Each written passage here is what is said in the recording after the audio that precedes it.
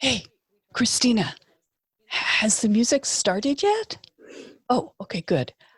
Before the show begins, we wanted to give a big shout out to our supporters at Patreon and Glow. Podcasts everywhere are struggling right now, which may not make sense if you think everyone had more time to listen to them. But the trouble is, many listeners download podcasts for their commute. And if you are only commuting from your bedroom to the kitchen, that's probably not going to be enough time to listen to a podcast. And the Femsplainers, we turned 2 years old this month. That's been 2 years of fabulous conversations with fascinating women. And don't forget the mansplainers. And it's been a lot of wine. But every week, as our listeners know, we try to discuss the most interesting and topical issues from a viewpoint you simply don't hear on any other podcast. And we love to surprise you. We've hosted celebrities as well as authors and activists and thinkers and even porn stars. No topic is off limits unless it's boring. So if you love our podcast, we'd love it if you would take a moment and support us. We're not asking you to break the bank. Even $1 would help. $1 per month. In addition to keeping the podcast going, you're also going to help us, produce this bonus content that we do for our beloved subscribers, our monthly last call, our weekly She's Had Enough bonus episodes where I rant about some injustice in the world, plus our monthly newsletter. And you can join the conversation yourself by sending in questions for our guests.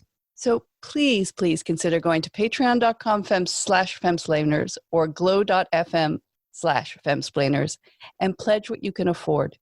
You'll find both links and more information at our website, femsplainers.com. Okay, now let's start the show.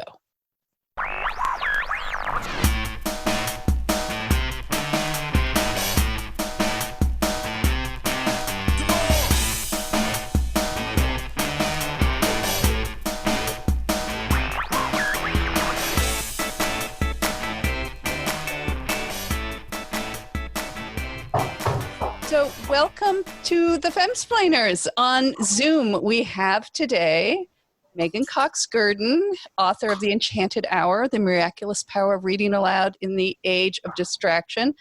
We're not really distracted right now, Meg. I'm just telling you right now, we're all probably really focusing. We've got best-selling author and award-winning novelist Emily St. John Mandel, author of the most recent Glass Hotel novel, and also very much topical today, even though it came out a few years ago, Station 11. And Anne Applebaum, Pulitzer-prize-winning historian, author of Red Dawn, Stalin's War in the Ukraine, and the upcoming Twilight of Democracy. So real uppers. I think this is the time to talk about dark and serious topics. Although we on this podcast we try stay away from them as much as possible. Christina is not joining us today. She's taking this week off, but she is healthy. She's not sick. But anyway, welcome to you all. Thank you. Thank you. And you were, we wanted to talk before, Emily, we get to Glass Hotel. We, of course, have to talk about Station 11. And Anne, you were in, let's just say where we all are. Anne, you're right now in rural Poland. I'm in rural Poland. I'm in my Polish country house. And Emily, I'm in Brooklyn. Meghan is with me in Washington, D.C. Yeah, and I'm in rural Washington, D.C. I'm just outside Washington, D.C. And you were in Italy right as the pandemic descended. I was in Italy. I was teaching in Bologna right when the first news of the sudden uptick in Italian cases rose and the first closures began, and the first conversation that we've all become used to about, do you close down, do you open up, what's dangerous, what not, began. And I have to tell you, one of the reasons I really wanted to do this podcast today is my first thought was, oh my God, Station 11, which is a book I'd read a couple of years ago, and I know that Meghan Gurdon had also read it because we were reading it at the same time and we talked about it a lot. And I even emailed Meghan and I said, this is Station 11, isn't it? And she said, yes, it is. And of course, it isn't Station 11. We should probably give away, for those who haven't read it, some of the plot of that book, but it begins with an actually much worse pandemic than the one we're in now, which destroys something like 95% of humanity, and civilization is essentially wiped out. And the plot of the book revolves around what has survived, which pieces of civilization make it through this catastrophe. And some of the things that make it through, like Shakespeare and classical music, are sort of deep, important things that you would expect. And some of them are rather random, like a comic book that turns out to be the key to the plot of the book.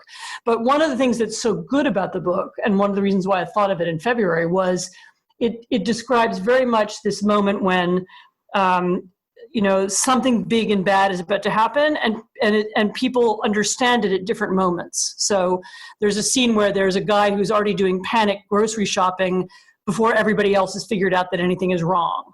That was me this time, by the way. Yeah, this is a little bit what Italy was like. It was exactly like that. There were people saying, I remember my husband was there with me. We went to a restaurant, and the waiter was saying, "This is ridiculous. They're closing things out. Italians just panic so much. It's so silly." And that was and then like literally a week later, borders started to shut. And my experience over the last few weeks has been kind of, I feel like I've been one level ahead because I read Station 11 and I knew how fast these things might unfold. That makes sense. Can I say something reassuring about Station 11? Yes. That is not a scientifically plausible pandemic. It's like I like to just let it out. Yeah, I mean, in real life, I know. I mean, look, it's fiction. It's like it's not like I feel bad about it, but an illness that spread that quickly and killed people that fast would just burn itself out before it could really take down civilization. But of course, now what we're seeing is the kind of flip side of that, where it seems like the mortality rate of COVID-19 is quite relatively low. And yet it's incredible how devastating a single digit or less mortality rate can be to societies. So yeah, that's something that I think I wouldn't have predicted about the present moment. You predicted a lot of things, and I've read it more recently than Meghan and Anne. And one of the things that I really loved about it was how you captured both the moment, as Anne described, being in Italy, as the pandemic slowly takes over, and you're suddenly realizing, flights are being canceled. This whole joke about, Meghan told me she was buying toilet paper. I said, like, why? No, wrong. Telling me. Not true. But you start as it slowly builds, and then you have this wonderful contrast between then flashbacks to that time. It's sort of both in the future, after the pandemic, and before. And at the beginning of the book, indeed inside the cover is the question, what would you miss? And I have I have two questions for the whole panel here is, what would you miss, right, if this really continued? And, what do we miss now? Because we're all in our houses. And what are we going to miss from this time, potentially? That things that we didn't expect that positive that might come. I find it easier to answer the second question than the first question because we're all writers. So the life that we're living in during this time is not, hugely dissimilar to our normal life. Although, Emily, you're the only one with a little child at home. Childcare is a thing, that's a real thing. Yeah. But of course that was a thing for us too, but we had, but I have, and probably inspired by you, Emily, I have found myself really noticing moments of beauty. I think I even quoted you on Instagram when the blossoms were all coming out in Washington, because there is the beauty of the passing moment now in a way that is more intense. And I don't think I'm alone in experiencing that. And I have this theory that a whole cohort of children is going to look back on this time, maybe like Kirsten looking back in Station 11 on remembering what it looked like to look down at the ground at night from a plane, the sparkly lights, that children will remember this time as a wonderful time of family unity, when their parents were around all the time, when their fathers could play with them outside and their mothers too would be more available. Now that's that my children are all older. My youngest is 14. So maybe that with a smaller one at home, you don't conceive it the same way. But to me, it looks like that. Like there's an actually extraordinary, everyone's reduced to their family unit. And that's kind of lovely. It was gone in a way. Right. That's an interesting point. And I appreciate you saying that, because something I do worry about is that this will be a scarring experience. Yeah. I went for a long walk yesterday with my daughter, who's 4. And I was taking pictures of her in her cute little owl face mask. And there's a part of me that's like, do I want to memorialize this? I mean, wow, what a dark time. Yeah. But on the other hand, to your point, I have spent so much more time with her. And sometimes that's been really hard because I'm used to getting more like 6 hours a day of childcare and, paring down to 3 because I'm juggling with my husband and his job has a lot of scheduled calls. It's been a challenge to get any work done. Mm-hmm. But I did have a realization the other day that there is real beauty to this time. I'm spending hours with her playing these epic imaginative games with this world we made up, and that's something that I wouldn't have spent hours doing before. So I think there's something to that. And there are all the people who aren't dying in car crashes. That's true. But that's true. I mean, there are like people walking around who might have had marks on them, as it were, marked man, that kind of concept. Mm-hmm. They don't know. Could have been me. You don't know. That's a good point. I don't know. I just like to extract the positive. No, I appreciate that. No, I mean, I've crossed a street maybe like 4 times since early March. Our odds of getting hit by a car have plummeted. Right, really. And do you have any things you'll miss about quarantine? No. No. A little joy. I mean, I again, like the rest of you, I mean, for me, this is I'm at home writing a lot anyway, and now I'm just at home writing more than before. But what I really, really dislike is the awkwardness about contact with people and the, when you go into a grocery store, that panicky thing about you have to wear gloves and then you have to wash your hands when you get home, and this constant awareness of the possibility of disease, which I've never had before in my life. And I've never been a hypochondriac. I've never thought about being ill. I've always tried to, ride out colds and not pay, and the oppressive nature of, that you might touch something and die. I find it almost unbearable. And, I'm fine when I'm at home and, we're very lucky. We're out here in the middle of nowhere, and, mostly I don't have to experience it. But in the last few days when I was in Italy and then I was in London for a few days before we came out here, I had this sense of kind of almost constant panic about, the virus. And I just want that to be over, and we can return to shaking people's hands and kissing people on the cheek and, not having to wave at the neighbor from across the road. I really, really dislike this feeling of contagion. I think it's so unpleasant. For me, it kind of darkens and colors everything else.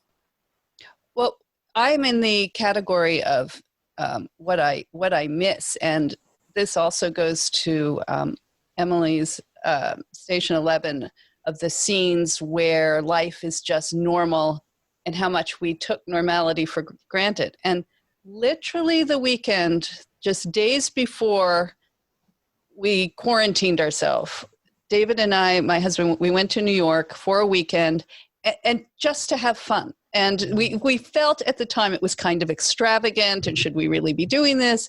But we saw friends and we went to museums, and then we went to restaurants, and we went to a bar, and then we got on the Amtrak train with, packed, and came back. And I mean, every step of that is something, every moment of that is something that is impossible now. Right. And you do look back on it in awe that you did this. I remember you saying when you came back from that trip that you'd bought 2 beautiful frocks. 2 dresses. They're still hanging in plastic. I mean, I don't know when I'm going to wear them. I put on high heels the other night for the first time just to go down to dinner in my kitchen. And it was fantastic. I felt amazing. I actually think perhaps this would be a modification we should all make. I did it one time, I have to say. But the morale boost was unbelievable. Right. We should all dress for dinner, just like in the country houses of the UK in like 1800s. Yeah, we're all moving. Apparently, cocktail hour is reviving in this Zoom fashion.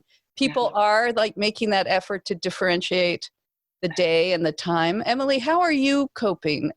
How are you?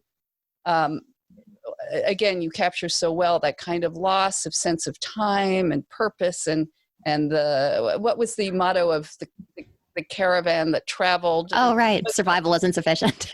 Star Trek. Yeah. Survival isn't sufficient. And that's what I think we're all feeling right now. We don't just want to survive. Yeah, I'm coping pretty well. I live in Brooklyn. The reason why we bought this house, it needed a ton of work, which we knew going in, but it has some pretty amazing rooftop terraces. So we've got a lot of outdoor space. I've got this container garden I've been building for years, and it's going to be pretty spectacular by the end of this, I have to say. I'm home gardening. So that's, day-to-day life is fine. Groceries come in once a week. We obsessively scrub all the bananas with soap and all the rest of it. The difficult thing is my entire family is in British Columbia, and I don't know when I get to see them again. So that's the heartbreaker. But day-to-day, it's okay. We've got a really clear schedule with our daughter. My husband and I are both able to somehow get our work done, even though there's never quite enough time. And she seems to be doing okay. So, yeah, I'm feeling really lucky and also a little sad, I guess is the summary there. Emily, it strikes me that you are kind of a prophet. Several Not on purpose. Over. No, I mean, I'm a little scared about what you're working on next. So I have to say, I love and absorbed every word of Station 11. I'm only about a third of the way into the Glass Hotel, and I was contemplating trying to rush finish it for this conversation. I can't bring myself to do it because it's just so great. But I don't think there's any spoiler in what I'm about to say. The level of prophecy that continues into this new novel, and that is when there's a character who finds himself in a low security prison, and it's not as bad as he thought it would be. And it strikes me that that's also a picture of where we all are now. I mean, those of us that say not working in hospitals. That's the rest. Those of us who are actually fortunate to be in a secure environment. It's not as bad. Well, sorry, Anne, maybe for you it is, but it's not as bad as I would have imagined. It's astonishing how each day unfurls, and there are, I don't know, there you are, and you can do it. Yeah, it's, I think you can get used to pretty much anything. It's kind of been my takeaway from this. And like Anne, I can't wait for it to be over. I miss people so much. but day to day, it's fine. We're, I'd venture to say we're all pretty lucky here. And it feels like it could be very much worse. Yeah. So you're not writing another book, are you? Should we be? I am. Yeah, I'm thinking zombie apocalypse. No. Yeah, I've been writing sci-fi, which is maybe a bit utopian because that implies that you move forward into a technologically advanced future.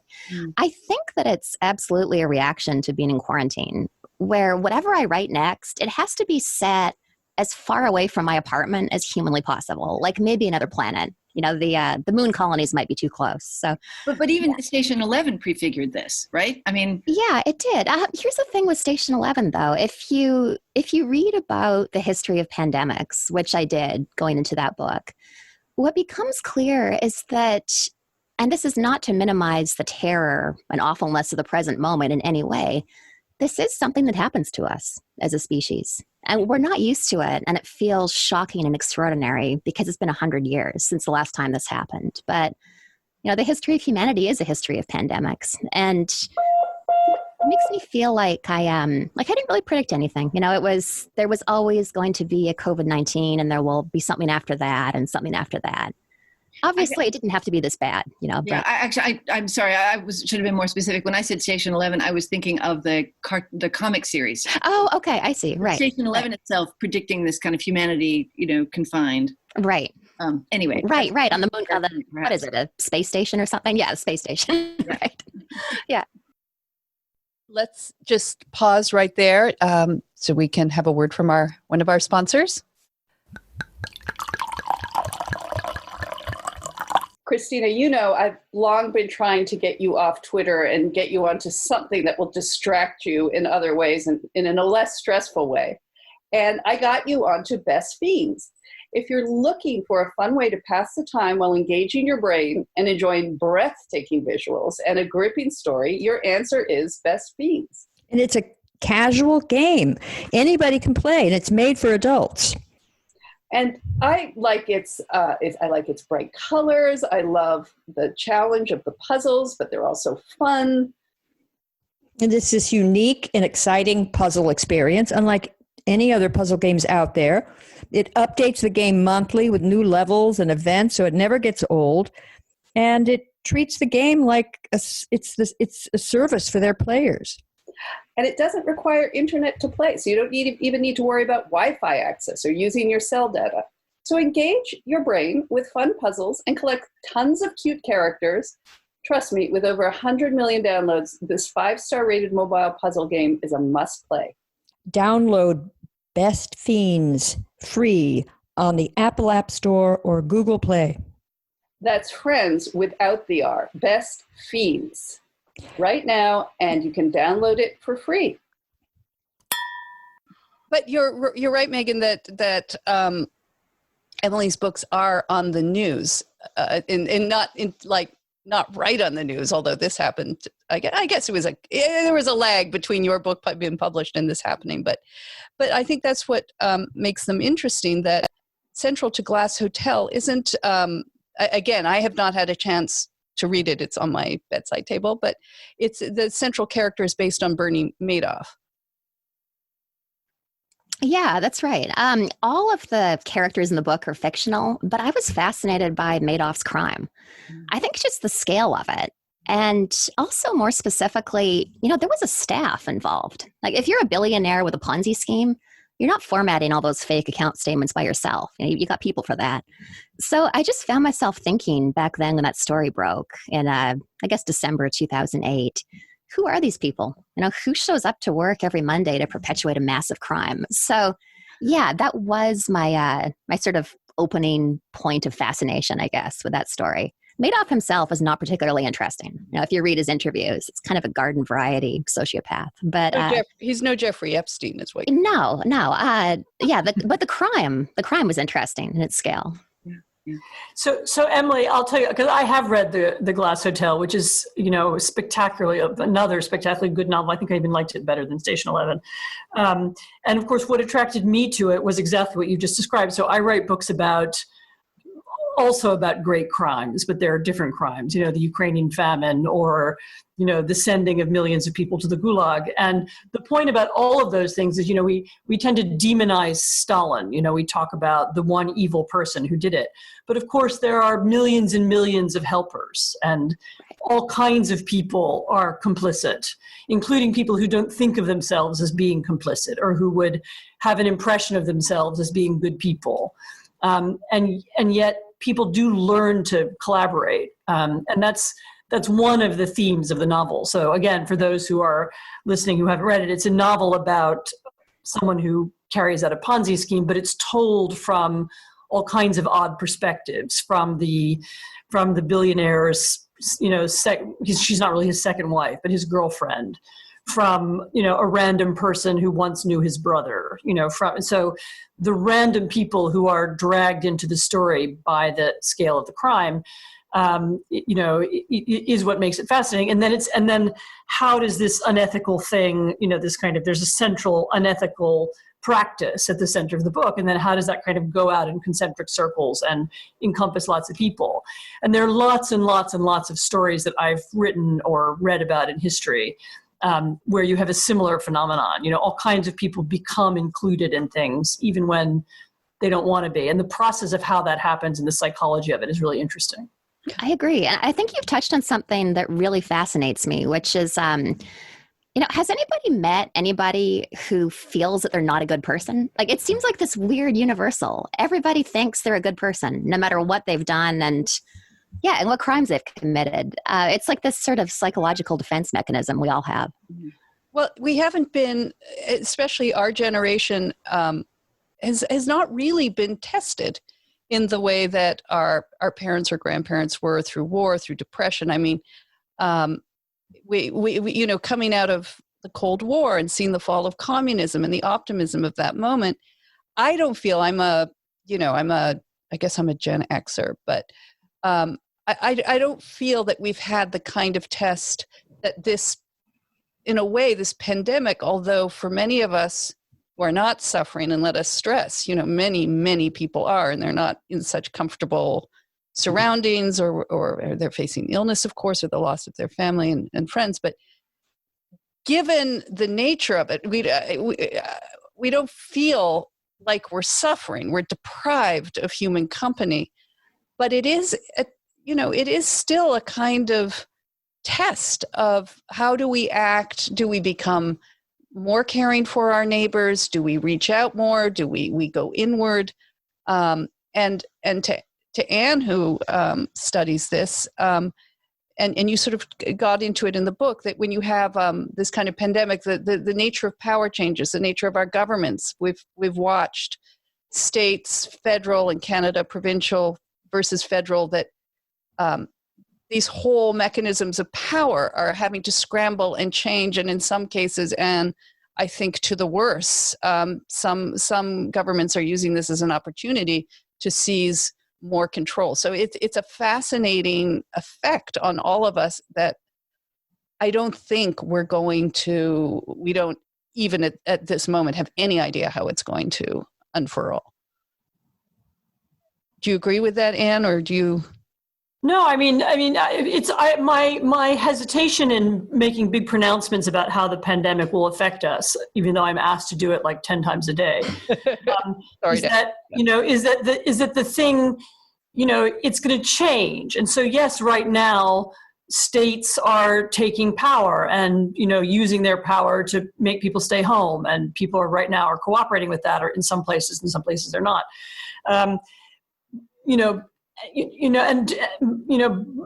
But down the road, there may be a counter reaction. In other words, there may be a kind of, anti-state mood that emerges after 6 months. So it's saying exactly how this is going to affect, the longer term workings of power is very difficult. I think, Danielle, before we got on this call, we were talking about Emily's novel, because one of the things that happens in Station 11 is that the pandemic comes, it wipes out almost everybody, and then you have the total disappearance of the state, and you have people moving back into almost a sort of medieval world where, people live in little communities that are separate from one another and have no knowledge of one another, and the sort of communication system breaks down. We're not anywhere near that, but there are you can see how this could lead in that direction too. In other words, right now the state trying to grasp power, later on, different regions beginning to behave in different ways. For example, I'm right now in rural Poland, where no one we know here has the virus. I know lots of people in London who've been sick, and I know people in New York who've been sick. But out here, no one is sick. No one knows anyone who's been sick. And the whole apparatus of the conversation about the virus begins to seem pretty theoretical. And it's not that people are doing anything bad and cheating here. It's more that since nothing is happening and no one is ill, why shouldn't we go and visit our mother-in-law? And you can see that so you can see a way in which there's a kind of anarchy beginning, as because people don't really trust the government here. That's another element to it. They're not sure they believe in the, but you can see how the beginning of the pandemic is a state grabbing for power. You could see how a sort of anarchy is beginning to seep through the society, and I can imagine that's happening in other places too. There's an opposing kind of element to that, I think. Yesterday I was out walking and I saw a man, not an old guy, a sort of young man, mowing a lawn, wearing a mask. There was no one around him. It's completely empty street, empty yard, and he's wearing a mask to mow his lawn, and it just struck me as, I thought, you're not going to get COVID from the grass, Right. That's like a new kind of virtue signaling. That's really interesting. Yes, I think that's exactly right. That's exactly right. And people do scowl at me a little. I mean, I have a mask, but I only put it on if I'm in immediate contact with people. I just, come on. Yeah, there is a rise to lawlessness that we're seeing across the states of people getting fed up, this determination to open things even if it's not safe. And often, I think the thing that distresses me the most is forcing people back to work who are not going to be safe, just for the sake of opening. One of the fascinating, and I'm sorry, I'm just going to go here, Emily, you're Canadian. I'm Canadian. I want to talk about Canada for a second. And can we talk, what are we doing here? Is a question I have. I mean, I was going to say, I love watching the Canadian reaction to this. As Anne said, there's like a Polish character to it. Mm-hmm. Canadians have been so obedient on this that when I talk to my family, we have a cottage up there, and I talk to our neighbors at our cottage, like everybody is doing exactly what they're told to do. The government help is rolling out in a very efficient fashion. And you turn on the TV here and there's like people with guns marching on state capitals. Yeah. Ridiculous. You have read an essay about about when you were book touring, walking into a cafe in an open carry state, I guess Michigan. Yeah, that was Michigan. And you were just sort of like, I'm a Canadian. I'm not don't shoot. Yeah. Yeah. The question that keeps coming up for me, so I love living in New York City. I don't want to leave. It's wonderful. But then if you have dual citizenship, at what point is it just bad parenting to raise a child here when they could be there? That's the question I grapple with. And, to the point of that essay, I used to think of that strictly in terms of gun violence and school shootings, where, of course, that statistically the odds of that happening are vanishingly small, and yet it does happen all the time. But yeah, seeing the disparate responses to the pandemic has kind of brought that home for me again. Just the difference between a country that has a leadership vacuum at the top versus not. It's profound. I think my family worries about me being down here. Well, I think it's also the way that the different systems that states historically, the states want to work things out on their own, and that's an American way. And Canadians queue, and if you tell Canadian that you have to stand there and, here's a dish of peas, please eat your peas. I know you don't like peas, but you have to eat them right now. They're like, okay, I'll do it. Okay.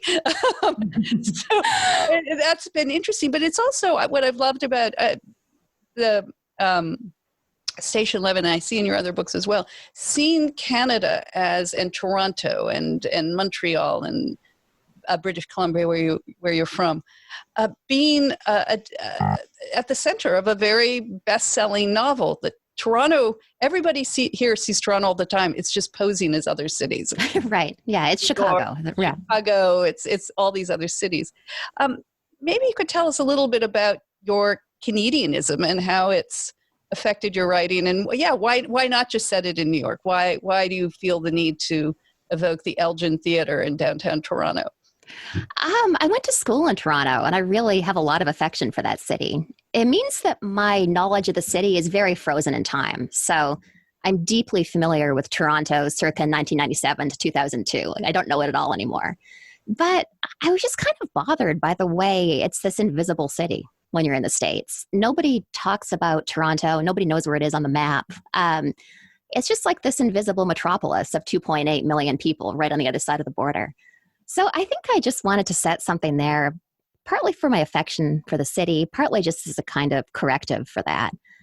Every third novel is set in New York, so it felt a little bit different. The Station 11 TV show, the location's been moved to Chicago because that's where the showrunner's from. I'm like, that's fine. But right, it is coming out now as a series. Everything's shut down now, but it's in progress. Yeah. That's great. Mm-hmm. Emily, can I pivot for a second to something that I know that Anne and I had both been, and probably Danielle too, are interested in hearing. Your books are beautifully plotted, and they're plotted in a way that is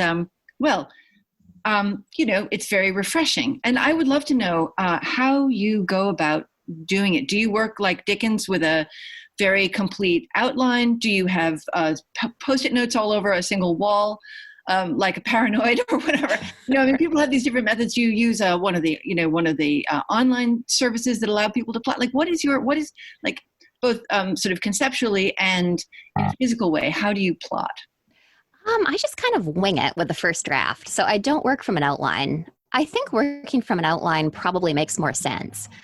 But I've always been afraid I'd get bored if I knew exactly where a novel was going to go. So I just start writing scenes. The scenes turn into chapters. After about a year of that, I have the most catastrophically messy first draft. I mean, it's just a disaster. And then I spend 2 or 3, or in the case of the Glass Hotel, probably 3.5 or 4 years, just going over that again and again and again, trying to make the plot make sense, trying to, cut out everything extraneous, trying to make the characters work. With Station 11, so I had no outline for the first draft, but once I started revising, I recognized that I did need to have some kind of a map because that book's crazy. It's really nonlinear. There are a lot of different points of view, all these strange elements like the interview segments. So for that book, once I had a first draft, I put together an Excel spreadsheet. I was an administrative assistant for years, so I used my Excel powers for fiction. And yeah, the spreadsheet was a kind of bird's eye view of the book. Every chapter had its own line. The level of detail, it was on the level of chapter 1, intro to Jeevan / Arthur dies on stage, like that. Yeah. And it gave me a kind of bird's eye view of the book that was really helpful for rearranging sections. Missing bits and the little entries. Exactly. And spotting technical problems. Right. You can't have 3 chapters from Jeevan's perspective at the beginning and then not see him again until page 280. Like, that's a big gap. So, you have to put more Jeevan chapters in between. For the Glass Hotel, I was using an application called Scrivener, which is really good for organizing research. So yeah, I had different sections that I could drag and drop along the left side. And I think I might stick with that going forward. That worked pretty well. Let's just take a break for a moment so we can hear from another of our sponsors.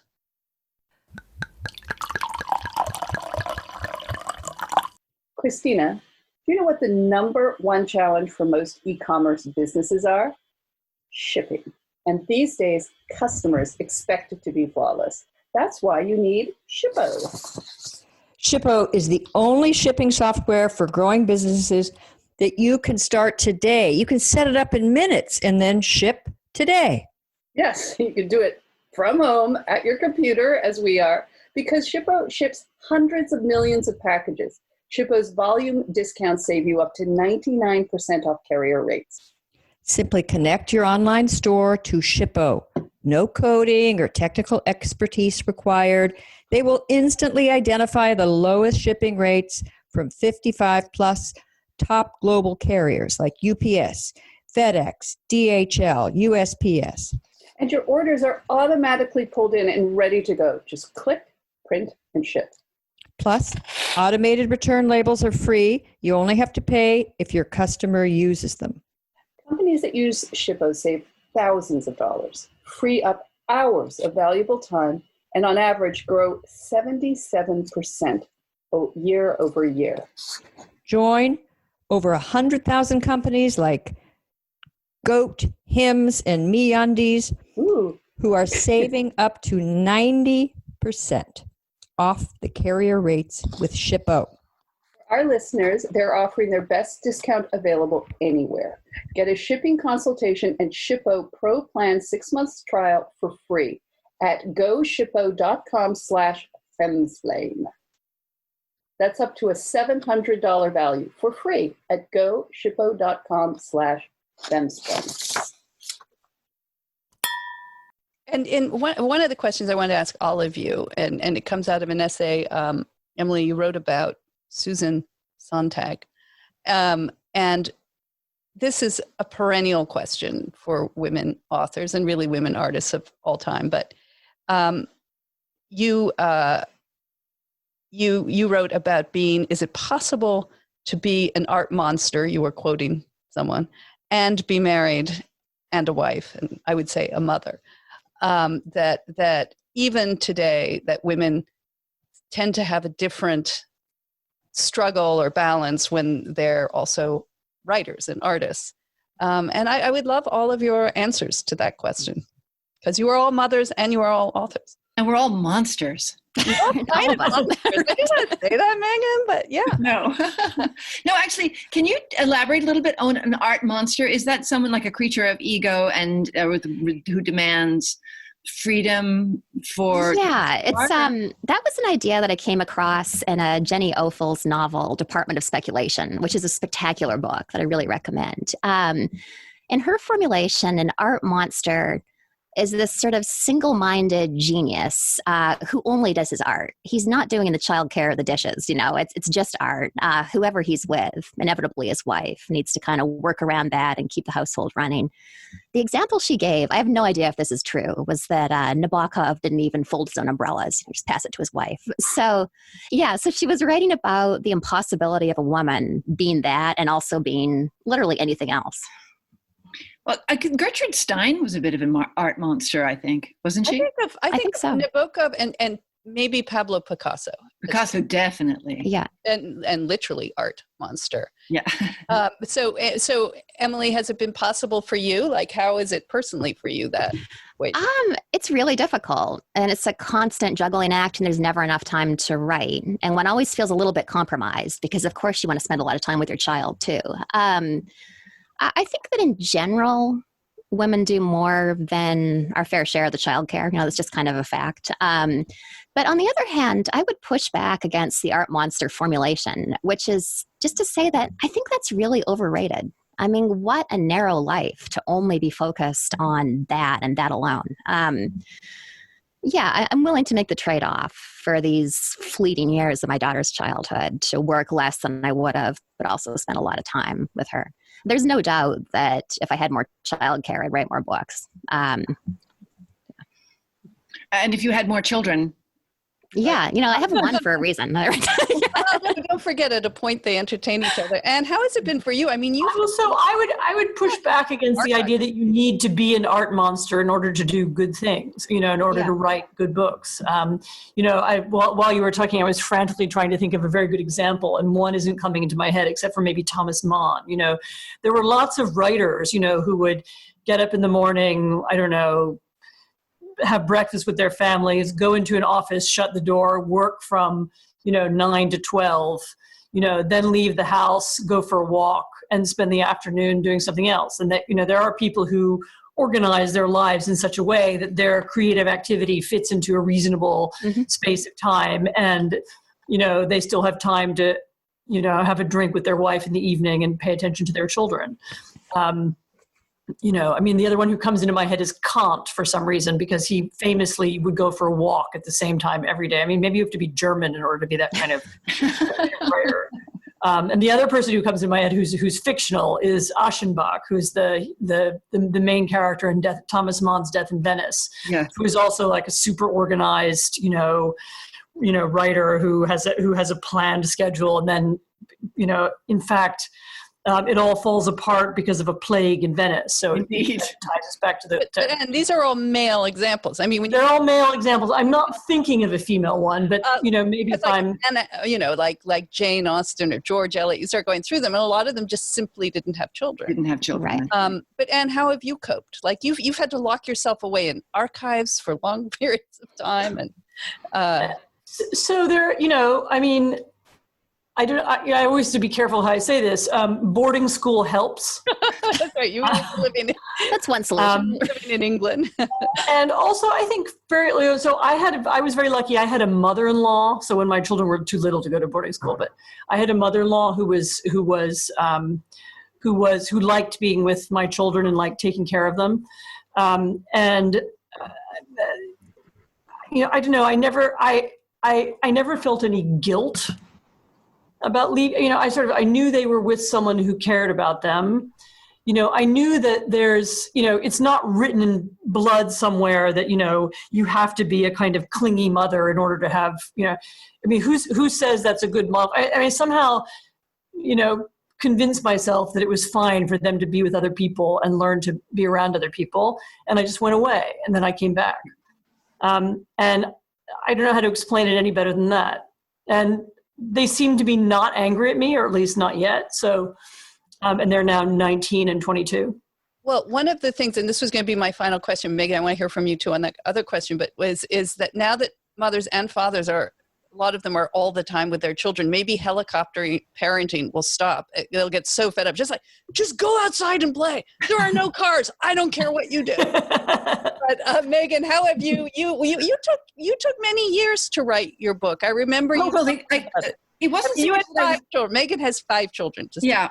It was just, I don't know, it was like living in a blender, really. I remember there was one particularly crazy period of life when I had 5 children. I don't remember what ages they were, but I was writing 3 newspaper columns a week.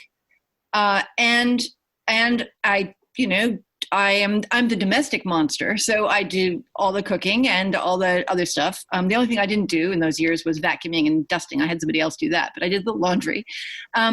And it was just like all the time, but it was really fun in a way. I mean, I think back on it, it was kind of chaotic. There wasn't any, I admired and envied all my friends, 2 of whom were on this podcast, for being so incredibly productive with your books and your book tours and all that kind of thing. And there wasn't any chance, and I couldn't organize my thoughts.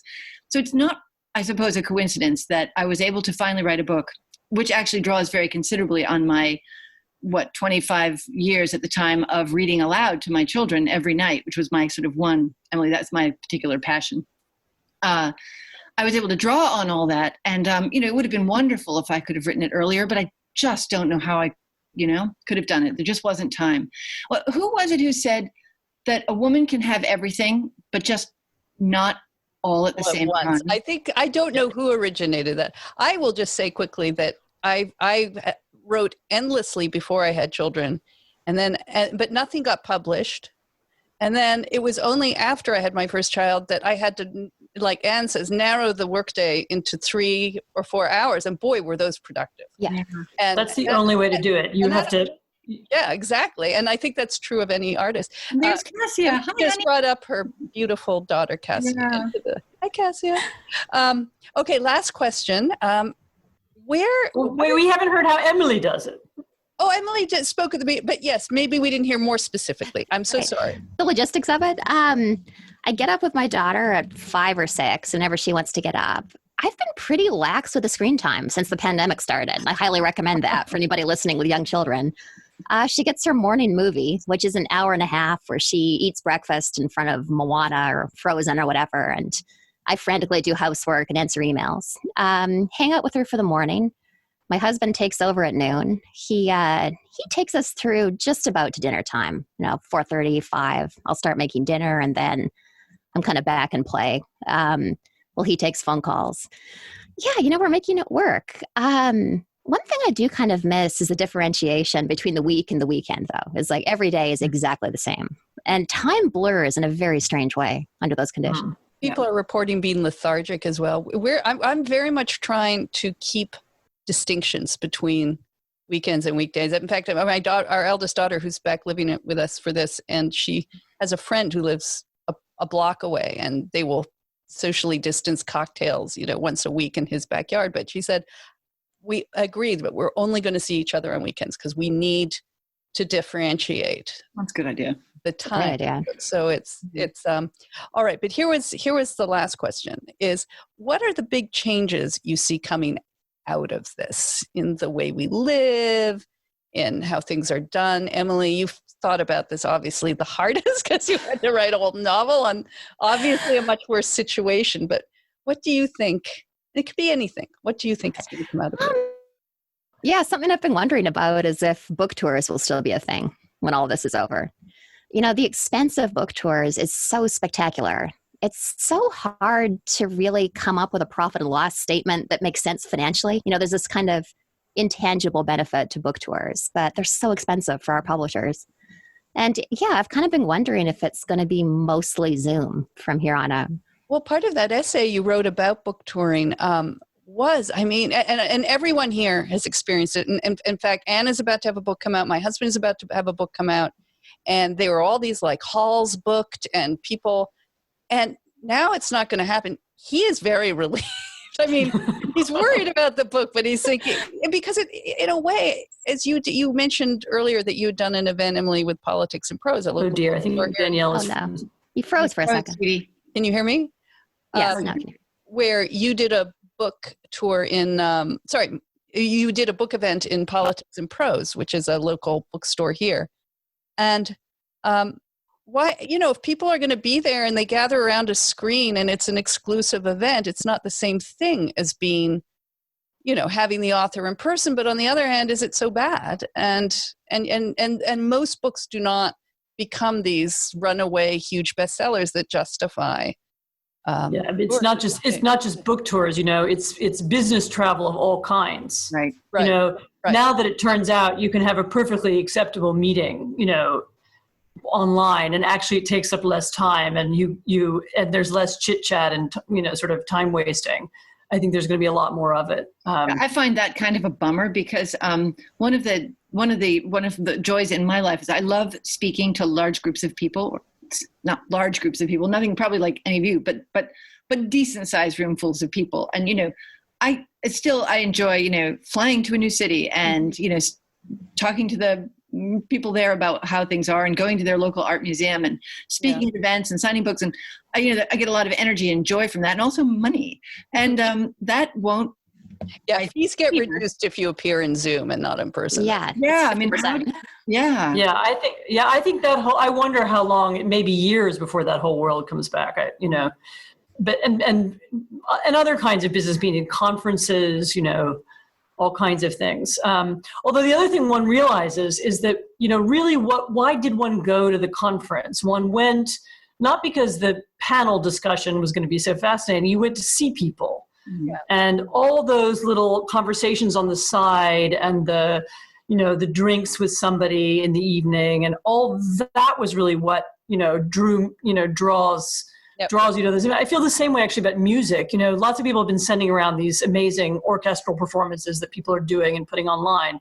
But, I always liked the feeling of going to the symphony hall, and getting slightly dressed up and, looking at the chandeliers on the ceiling and seeing who else was there and, sitting at home in my, by myself, watching it on a screen. It's, what do I need to do that for? I can get it, I can listen to the radios.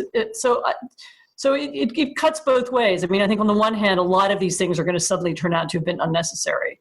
And on the other hand, we're going to realize that actually the real reason why we went to them, the real reason we went to hear an author speak was, who else was going to be there, because it was going to be a communal event, because it was going to be at Politics and Prose, which is where lots of people we know, that kind of, a lot of these events had a different kind of significance. They were about something else. It wasn't just to hear the author, it was also to be part of a group, that was listening to the author. So I don't know, it could go either way. I also wonder about smaller social impacts. I mean, in retrospect, why did we think it was a good idea to shake hands, let alone do that like double cheek kiss thing during flu season? Like that seems kind of dumb in retrospect. And I wonder how long it will take for those things to come back. I think those are officially gone right away. What will our new gesture be? Kind of. Yeah, they're saying like hug and, or kiss. And, anyway, but what I spoke to, a friend of ours runs a sort of small chain of like boutique hotels, mostly in Canada, Emily. And he's a real entrepreneur type. He's had to reinvent. I mean, he's taking these terrible blows that restaurateurs and hotel owners are. But we were also asking him, well, what are some of the changes you foresee? And he says, absolutely, bars and things are coming back. People will just, in the short term, the next year or two, obviously, that's not happening, or we're not going to them the way that we would have. But he said hotel rooms, he feels, are permanently going to have to feel more sanitized and safe than they ever had. So he said he thinks he sees the disappearance of the hotel menu book. Or the little remote control that's in next to your bed is in a little sanitized bag to show that it's been cleaned, or, like it's small. There's no longer that duvet or that covering at the end of the hotel bed that 9,000 people sit on and never get washed. That's sort of fascinating. Keyless entry, keyless check-in. Or contactless check-in. So those were sort of some of the things like he's having to think about right now. Right. Or like I saw this crazy product advertised on Instagram. It's a little ultraviolet light I bought box. 2 of those. You did? Did they seem like they work? Because I was like, how would you know? Ultraviolet is supposed to work, and so I definitely got 2 of those. But like maybe the TV remote will be in the ultraviolet light box and you zap it before you pick it up. Exactly. Yeah. Exactly. So yes. Well, look, it's been wonderful having you all. It's been wonderful having this company, even if it's contactless. And yeah. and thank you to you all for coming. And Emily, thank you for talking to us about this time, and to you from Poland. I don't know when you're ever going to get back or out of there. They've closed everything, right? You can't to get a flight. You can't. No, we have no airplanes. There's no way to get in and out of the country. I mean, you can walk over the border. That's about it. Yeah. I'm serious. So we'll see. Let's hope to see each other in person soon. Well, thank you all. Thank you. This has been such a pleasure. I'm so excited now to go right back to this. It's just, and You just held up the Glass Hotel. Yeah, I've got them both here because why not? Thank you. They're great books. Everybody should read them. Thank you so much. I really appreciate that. Yeah, and you'll press them on everyone you know, as I did, have, and Anne has, and probably Danielle too. I mean, just and all your books, really, The Enchanted Hour and Anne's upcoming Twilight of Democracy. So yes, all right. Take care, everybody. All right. Bye, everybody. Take care. Bye. Bye, everyone. Thanks. Thank you.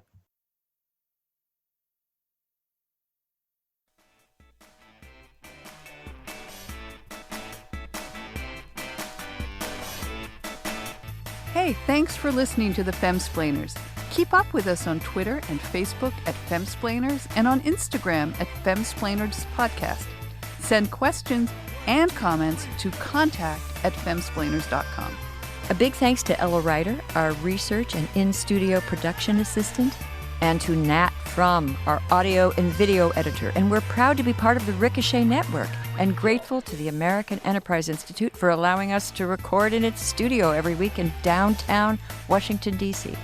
And miss something? You'll find everything you need at our homepage, femsplainers.com, including links to past episodes, our sponsors, where you can sign up to support us, and even to merch.